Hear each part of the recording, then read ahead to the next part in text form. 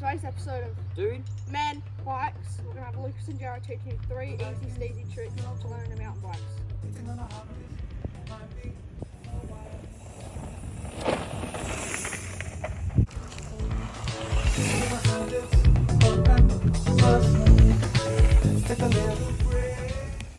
So, if you want to learn how to nose bump, pretty much you want to find a nice setup, like get a small tabletop like this, and then what you want to do, when you're riding it, you want to come in a little bit slower than usual, because when you're riding it normally you'll be jumping it to landing, so you want to come a little bit slower so that you can tap your nose on the top of the tabletop and then still land in the landing.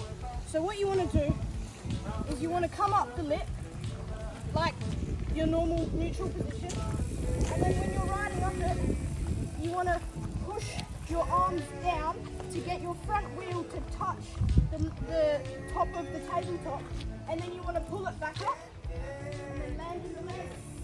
And then you just learn how to nose bump.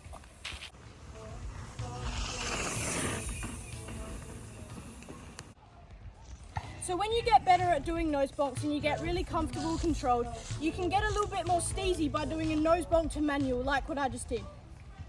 You already know the grip on your head is toe. So no pressure, love you flow. Alright, so if you want to learn how to shroud, you want to find a berm. Preferably you want to have a little bit of a tighter berm so that you can come in on an angle and really give it a good flick. So what you want to do, when you found your perfect berm, you want to come up a little bit slower riding into the berm, nice neutral body position, and then you want to slide your rear end, like move your hips into the berm, and that'll make your rear tire flick out some mad dog dust or whatever, some gravel, and everyone will be there standing and they'll be like, yo! And that's what a shroud is, because shrouds are sick.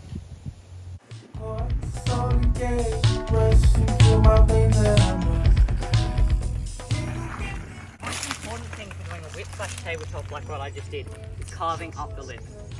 I see a lot of people do a whip/tabletop and just turn the bars or push the back out. For a good tabletop/whip like what I just did, you have to do a mixture of all 3 of them. So let's cut to a more experienced rider doing a couple of them. Okay, so now that you've learnt these 3 easy steezy tricks, here's how you can use them in a practical trail ride.